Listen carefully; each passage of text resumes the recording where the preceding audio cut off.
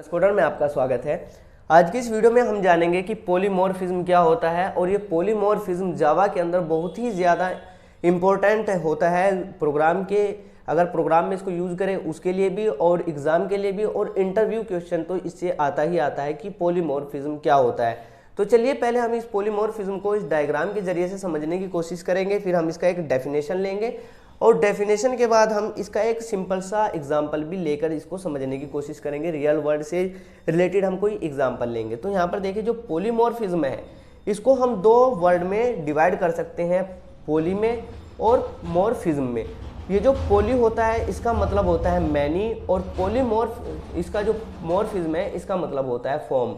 तो इस तरह से हम यहाँ पर बोल सकते हैं मैनी फॉर्म, यानी कि जो पॉलीमॉर्फिज्म होता है उसका मतलब होता है मैनी फॉर्म। तो चलिए अब हम इसको डेफिनेशन से समझने की कोशिश करते हैं कि डेफिनेशन क्या बोलता है। Polymorphism is the Greek word whose meaning is same, यानी कि जो पॉलीमॉर्फिज्म है वो एक ग्रीक का वर्ड है जिसका मतलब होता है same object having different behaviour, यानी कि एक सिंगल ऑब्जेक्ट अलग अलग तरह से बिहेव कर सकता है। एक सिंपल ऑब्जेक्ट जो सिंगल ऑब्जेक्ट होता है वो अलग अलग एक्शन परफॉर्म करा सकता है। वो किस तरह से परफॉर्म करेगा, चलिए इसका हम एक एग्जाम्पल समझने की कोशिश करते हैं। इस एग्जाम्पल के जरिए से यहाँ पर हमने एक एग्जाम्पल लिया हुआ है।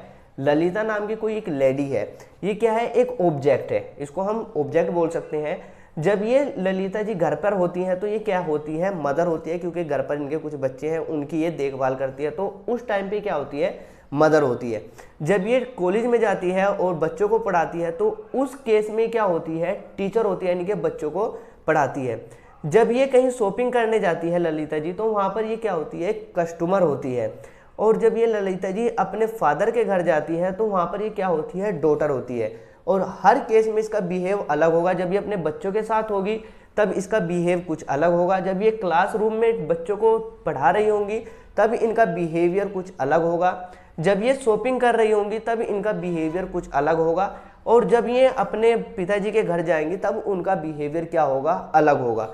तो यहाँ पर आप देख सकते हो कि जो ललिता जी है वो एक सिंगल ऑब्जेक्ट है, लेकिन इनका जो बिहेवियर है वो डिफरेंट है। तो वही हमने यहाँ पर डेफिनेशन में लिखा हुआ है, polymorphism is the Greek word whose meaning is same object having different behaviour, यानी कि एक सिंगल ऑब्जेक्ट जो होता है वो अलग अलग तरीके से बिहेव कर सकता है। अब यहाँ पर पॉलीमॉर्फिज्म के कुछ टाइप्स होते हैं, चलो ये उन टाइप्स के बारे में भी जान लेते हैं।